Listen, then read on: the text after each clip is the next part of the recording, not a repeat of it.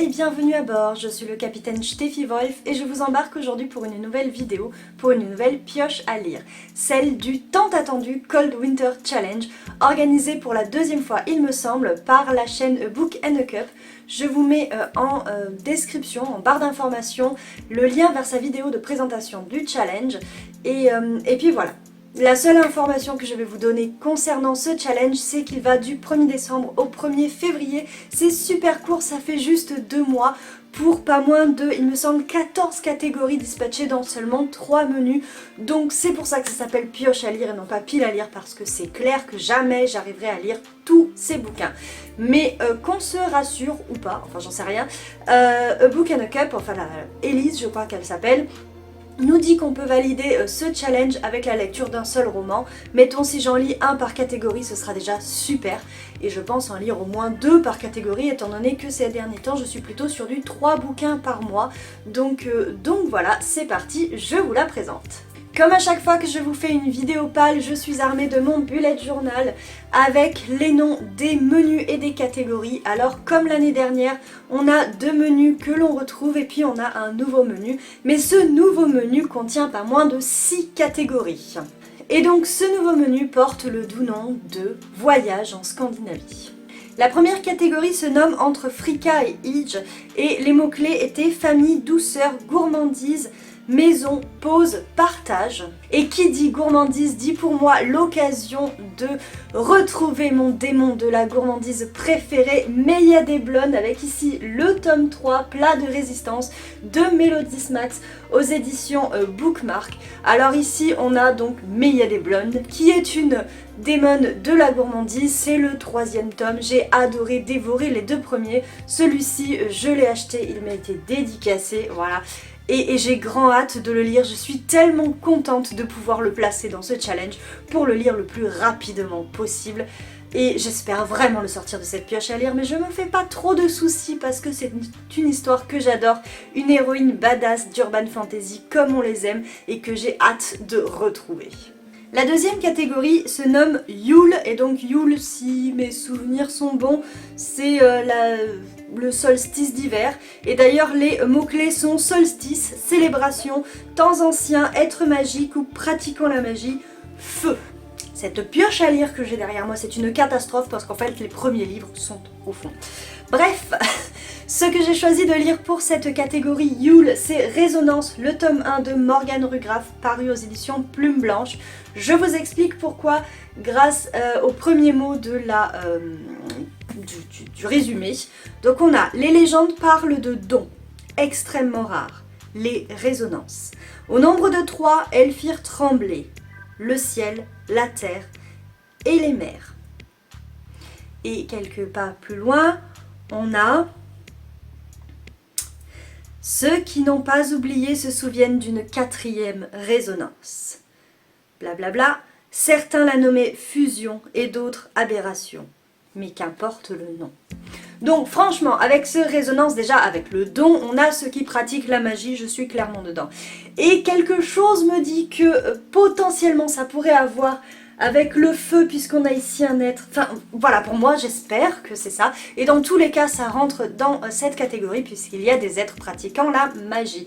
J'ai grand hâte de lire ce livre, j'avais lu Morgane Rugraff avec Lune Ardente et j'ai adoré cette duologie, donc j'ai hâte de la retrouver dans cette saga-ci. Je crois que c'est aussi une duologie, le tome 2 paraît en ce moment ou est à paraître dans pas longtemps, donc il est grand temps de lire le tome 1.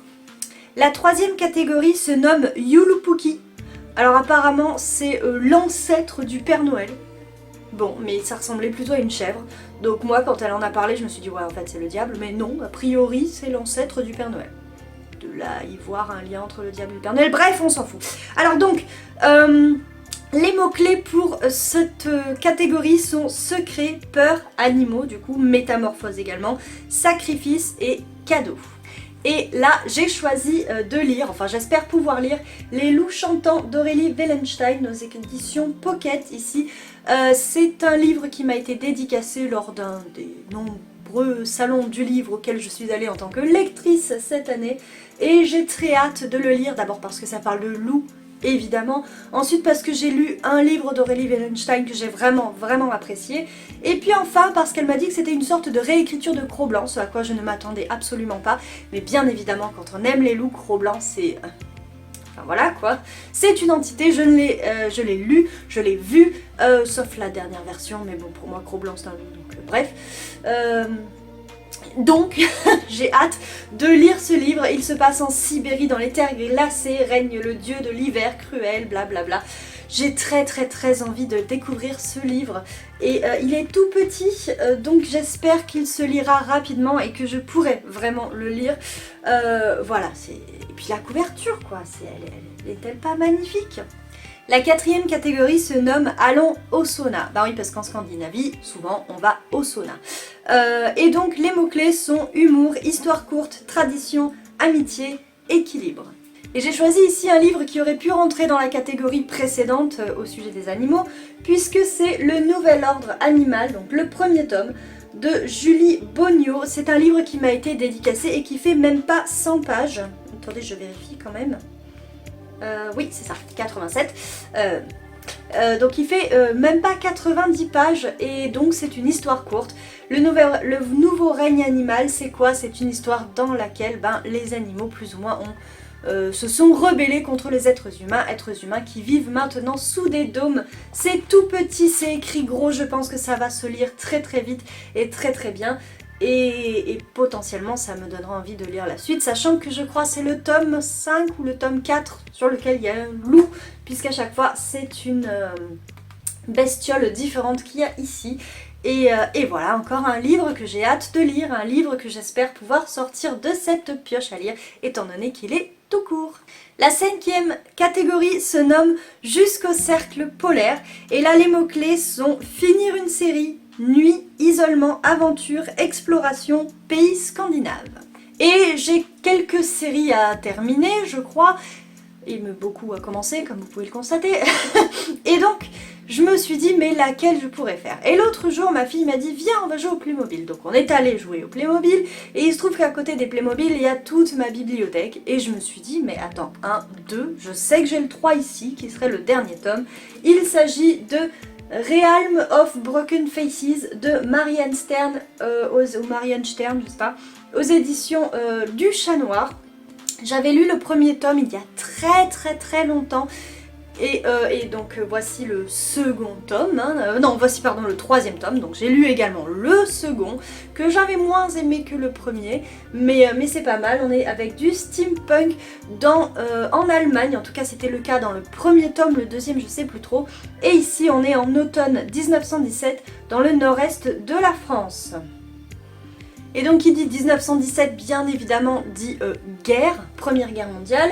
Et puis ici c'est juste après la Blitzkrieg donc, et on va retrouver, si je peux le comprendre, des personnages du premier et peut-être du deuxième tome.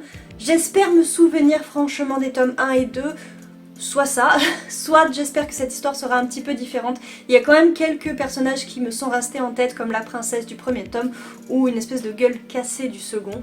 Et voilà, donc j'ai vraiment envie de me replonger dans cet univers, même si ça fait très longtemps que je n'y suis pas allée. J'espère ne pas être déçue par moi-même en fait, parce que j'aurais oublié l'histoire.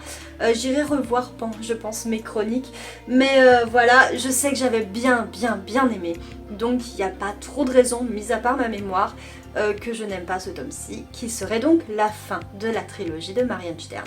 Et enfin la dernière catégorie de ce premier menu, c'est Aurore boréale.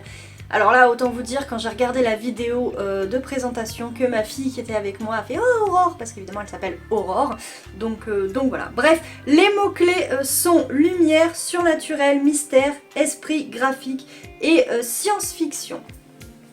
Alors je n'ai pas de graphique puisque je viens à l'instant, avant de tourner cette vidéo, de lire le seul et l'unique graphique que j'avais à ma disposition qui était lisible tout de suite, qui était les elfes 26. Là le prochain que j'ai ce sont les elfes 33, donc autant vous dire que ce n'est pas tout de suite. Cela étant, je me suis régalée, ça me donne envie d'acheter tout de suite le 27. Mais on se calme, Steffi. Donc, ce que j'ai prévu de lire n'a pas tant à voir avec les mots-clés qu'avec le titre de la catégorie, puisque j'aimerais lire L'effet Aurore de Violette Subros paru aux éditions Elixiria. Ici, on est plutôt dans la poursuite d'éclairs, bon, éclair-lumière, hein, franchement. Donc, depuis sa plus tendre enfance, une jeune fille suit son père à la poursuite d'orages, en fait, pour les photographier, pour tout ça. Et bah, écoutez, j'ai très envie de découvrir ce roman depuis que je l'ai acheté également à un salon du livre. Mais force est de constater que bien que je le mette dans des pales, sur de nombreux challenges, il n'est toujours pas sorti de cette petite bibliothèque et j'espère que cette fois-ci ce sera l'occasion de découvrir La Plume de Violette Subrose, une jeune femme avec qui j'avais discuté et bah, j'avais bien accroché. Donc voilà, j'ai hâte de découvrir ce livre. On change maintenant de menu, on en arrive à la féerie des fêtes. Et la première catégorie pour ce menu est Deck the Halls, pour laquelle, je suis désolée pour l'anglais, pour laquelle les mots clés sont une couverture rouge et ou verte. Et je dois vous dire que ça a été compliqué, parce que j'avais bien ce livre-ci, mais en fait il n'y a que le dos qui est rouge, la couverture ne l'est pas vraiment, donc je me suis dit mince. Et bah, je me suis dit, celui-ci fera l'affaire, donc Mira, la maudite de Eulalie Lombard, puisque mis à part le loup blanc, nous avons une couverture sur fond rouge, et puis ce loup blanc a même les yeux verts, donc franchement je pense que ça passe. Ici on a donc affaire à une histoire de loup-garou avec Mira qui visiblement est maudite et qui est dans une meute de loup-garou et qui va devoir s'en sortir malgré sa malédiction. Je crois qu'il y a également une histoire d'amour. Pareil, ça fait quelques fois que je le mets dans une pioche à lire. Je ne comprends pas pourquoi il n'en est pas sorti puisqu'il est question de loup.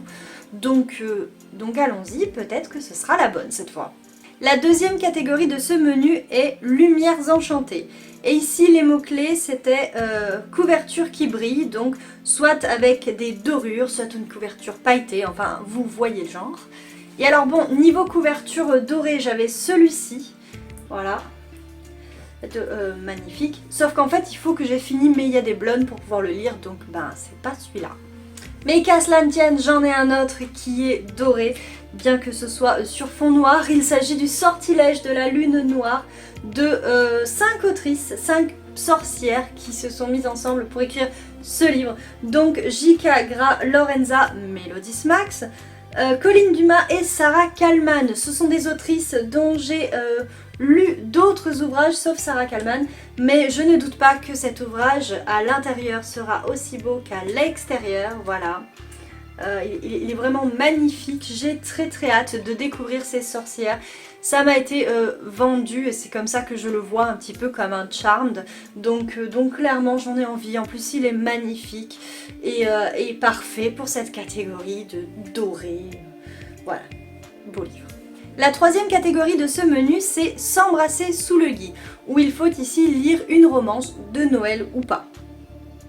Alors avant toute chose, je tiens à vous rappeler que ma propre romance de Noël ne va pas tarder à sortir, même si bon pour moi elle sort un peu tard, elle sort quand même le 16 décembre, ce qui peut permettre d'être lue avant Noël. Il s'agit de 20 chauds poèmes et boules de poil de moi-même, du coup Steffi Wolf, aux éditions Erato. Et donc si vous voulez une histoire doudou, une histoire de style ces films de Noël qu'on a depuis au moins 2 mois sur, à la télé, bah voilà, là avec ça vous avez ce qu'il vous faut, une romance de Noël cocooning où on se prend pas la tête, quelque chose que j'ai voulu essayer et dont j'ai hâte d'avoir les premiers retours. Mais trêve de pub, maintenant on va vous parler de ce que moi j'ai envie de lire.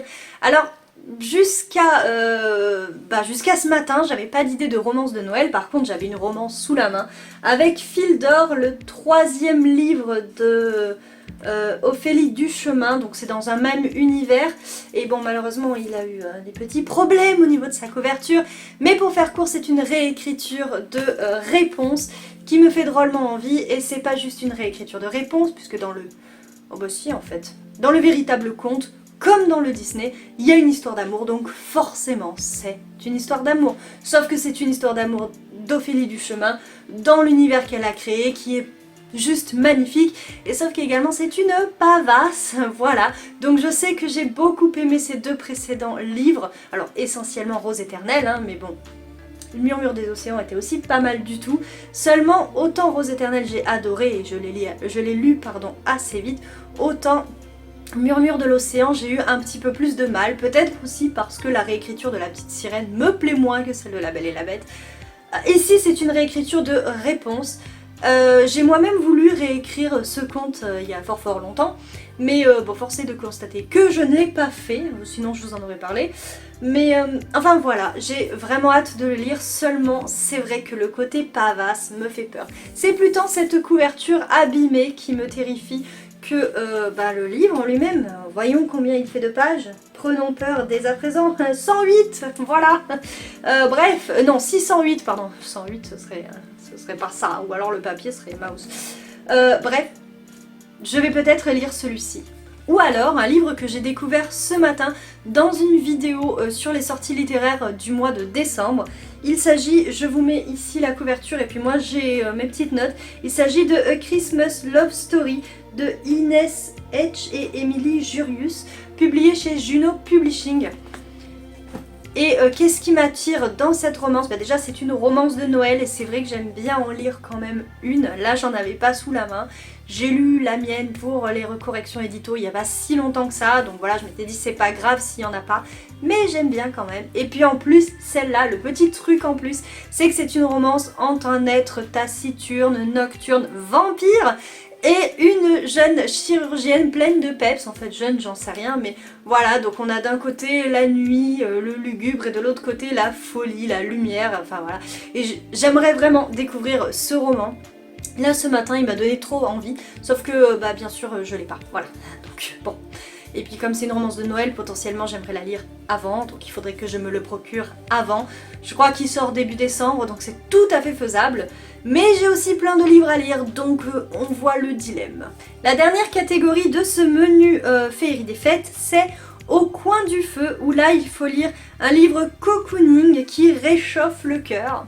Et pour moi, qui dit cocooning dit aussi histoire toute douce, jolie, mignonne, que je suis à peu près sûre d'aimer, ou en tout cas avec laquelle je sais que je vais passer un bon moment. Et donc, un duel avec le Seigneur Vampire de Elise Kova aux éditions Big Bang. Parce que déjà le livre est magnifique, parce que j'aime bien le monde qu'a créé Elise Kova, et parce que c'est un vampire. Voilà, j'adore les vampires, je viens de vous le dire pour la catégorie précédente. Voilà, il y a en plus des scènes bonus inédites avec cet ouvrage qui est dans cette version-là. Les deux autres, je les ai aussi dans cette version-là. J'avais vraiment adoré le tout premier tome qui était un pacte avec le roi elfe. Un chouïa moins le second qui est une danse avec un prince faé. Mais celui-ci, forcément ça parle vampire. Et franchement, le jaspage ici me fait penser à un dessin animé plus qu'autre chose, mais enfin bref, j'ai vraiment hâte de découvrir ce roman. On en arrive au troisième et dernier menu de ce challenge, il s'agit du menu froid polaire, un menu auquel je suis habituée et qui est généralement mon menu préféré, même si souvent pour la dernière ou avant-dernière catégorie, je galère à mort. Bref, pour ce froid polaire, la première catégorie c'est Stalactite ensanglantée. Une catégorie pour laquelle il faut lire un thriller, un policier ou un cozy mystery. Encore une fois, j'ai eu très envie de me trouver un cozy mystery, mais encore une fois, j'en ai pas vu dans ma bibliothèque. Et étant donné que j'ai pas envie de faire un achat de ce genre-là, j'ai pioché dans ma bibliothèque. Et j'y ai pioché un Stephen King, La peau sur les os, donc de Stephen King aux éditions J'ai lu. Même si au mois de novembre, j'ai mis plus de 3 semaines à lire un Stephen King, je me suis remis un Stephen King dans cette pioche à lire. Pourquoi? Parce que qui dit thriller dit franchement Stephen King, hein, soyons honnêtes. Voilà, et avec celui-là, ma foi, il me semble que c'est un homme qui, de jour en jour, perd du poids.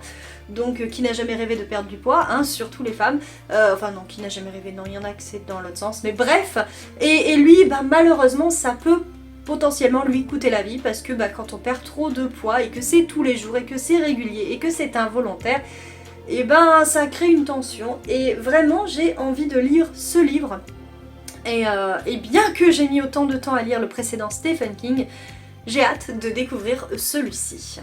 La seconde catégorie, c'est Let It Snow, pour lequel il faut trouver un livre dont le titre contient un mot hivernal tel que la neige, l'hiver, le givre. Et du coup, comme l'année dernière, je vais lire Givre de Jean Vigne. Il s'agit du 3e et dernier tome, donc j'aurais pu mettre celui-ci pour finir une saga, mais vu qu'il y a le mot givre dedans, il collait parfaitement à cette catégorie. Quand j'y pense, si je le lis maintenant, je ne sais pas ce que je lirai l'an prochain. Bref, donc ici on est avec des vampires, bien évidemment. C'est la fin de l'histoire. Nous avons notre flic Ange Bernier qui doit combattre des vampires dans Paris et pas que, puisque dans le second tome on est embarqué jusqu'au Japon, en Roumanie. Donc le monde de Jean Vigne s'agrandit, enfin l'univers n'est pas lui concentré que sur Paris. J'ai hâte de découvrir ce 3e tome et le second m'a beaucoup plu, je crois que c'est le premier quand même qui m'a le plus plu, mais voilà, c'est la plume de Jean Vigne, je l'adore, elle dépeint la société de manière assez glauque, noire et pourtant très très réaliste. Et au milieu de tout ça, vous avez des vrais vampires méchants. Voilà, givre. La 3e catégorie de ce menu, c'est celle pour laquelle je galère tout le temps. Il s'agit de Marcher dans la neige, pour laquelle il faut lire un livre de nature writing, une littérature du voyage, des grands espaces, la nature, etc. etc.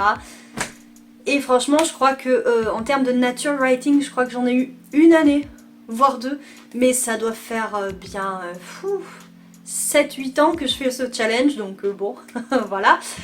Et cette année, bien sûr, j'en ai pas trouvé. Par contre, j'ai trouvé un livre qui parle de voyage, aussi inattendu que cela puisse paraître. Il s'agit de La Guilde des Ombres de Anatrice, le tome 3, le don de vie, ici aux éditions Pocket. Et pourquoi j'ai choisi ce livre-là? Eh bien parce que tout simplement, on nous dit que... Attendez, donc il s'agit de Panama, c'est l'héroïne de la Guilde des Ombres, et à un moment donné dans le résumé, on nous dit « Elle voyage de cité en cité aux côtés de... je vous dis pas qui parce que ça spoilerait un petit peu le tome 2. Donc voilà, j'ai beaucoup aimé le tout premier tome, hein, voilà, il était génial. Le deuxième, j'ai eu énormément de mal avec la relation qu'a Panama avec son mentor. C'est une relation qui pour moi est toxique, elle est... Bref, j'ai pas aimé, il m'a fallu une pause, mais j'ai quand même envie de lire la suite parce que, bon, même si Panama m'a énervé lors de ce second tome par sa façon d'être dans cette relation amoureuse toxique avec son mentor, il y a d'autres personnages à côté d'elle, notamment un dragon. et j'ai vraiment envie de le lire. Et j'avais tellement envie de le lire que je m'étais dit je pourrais le mettre dans feu vu qu'il y a des dragons. Mais bon, dans Voyage, il va tellement bien, puis c'est la catégorie qui me pose problème à chaque fois, donc parfait. Et là on arrive à la dernière catégorie et vous vous dites oups, il n'y a plus rien. Voici, il y a ça. Bref, de quoi que ça s'agit? Donc la dernière catégorie de ce challenge, c'est la magie de l'hiver. Et ici les mots-clés étaient folklore hivernal, mythologie nordique, contes et légendes de Noël et de l'hiver. Et donc à la base, si j'avais mis ce livre-là, c'est parce que je m'étais dit tu vas lire ça. Il était une fois, Morgane, Viviane, Mélusine, Ondine. Mais c'est pas vraiment de la mythologie et du folklore nordique, c'est plutôt celtique, même si elle se recoupe, même si Ondine est une légende germanique, d'après ce que j'ai pu voir, hein, parce que vraiment je l'ai feuilleté, je me suis renseignée, je voulais absolument le caser encore une fois, parce que j'ai pas réussi à le lire pour le pumpkin, mais finalement ce sera non. Ce sera non, et le livre que je veux lire n'est pas ici non plus. Il s'agit de Un destin ancré dans le sang de Daniel L. Jensen. Je n'ai pas trop souvenir du résumé. Tout ce que je sais, c'est que c'est la lecture commune du mois de janvier pour ce Cold Winter Challenge et que ce livre me disait bien, que j'ai vu la version jaspée, etc. qui était très très belle et que je m'étais dit que ça pourrait être une commande pour Noël ou mon anniversaire qui a lieu en janvier. Donc voilà, si jamais. Hein, bon. Donc ça pourrait être parfait et sinon, de toute manière, je sais que j'aurai jamais le temps de tout lire. Donc si je ne l'ai pas, si je n'arrive pas à le lire, c'est pas si grave, je crois que je suis assez chargée là-dedans pour voir venir. Voilà, cette vidéo est maintenant terminée. Si vous l'avez appréciée, n'hésitez pas à lui mettre un petit pouce vers le haut. Dites-moi également en commentaire si vous aussi vous participez à ce challenge, si vous le connaissiez, si vous le connaissez depuis longtemps, un peu comme moi, ou pas vraiment. Vous pouvez également me dire si on a des livres en commun, ou me donner des conseils si vous voulez, hein, sait-on jamais. Enfin bref, je vous ai dit quand même que j'ai assez de livres à lire, potentiellement je ne vais pas en acheter en plus. Mais bref, voilà. Si vous n'êtes pas encore abonné à cette chaîne, ça me ferait plaisir également que vous le fassiez, si vous voulez bien sûr. Hein. Ce que vous pouvez faire également, c'est un tour sur mon site steffiwolf.fr où j'y mets mes chroniques en priorité, c'est-à-dire des chroniques écrites qui sont rédigées de manière plus réfléchie que lorsque je viens vous en parler en vidéo, et puis plus détaillée également, enfin plus réfléchie, c'est-à-dire que en vidéo en fait c'est un peu ce qu'il me reste de la lecture, alors que quand j'en fais la chronique écrite c'est vraiment plus structuré, plus détaillé, je vous parle des personnages, etc. Et sur ce site bien évidemment je vous parle également de mon moi autrice, je vous en parlais tout à l'heure au sujet des romances de Noël, et bien là vous aurez peut-être quelques infos également sur tout le reste de mon moi autrice donc. Et voilà, l'instant pub est terminé, je vous souhaite une excellente navigation sur YouTube et je vous dis à très vite pour une prochaine vidéo. Tchuss!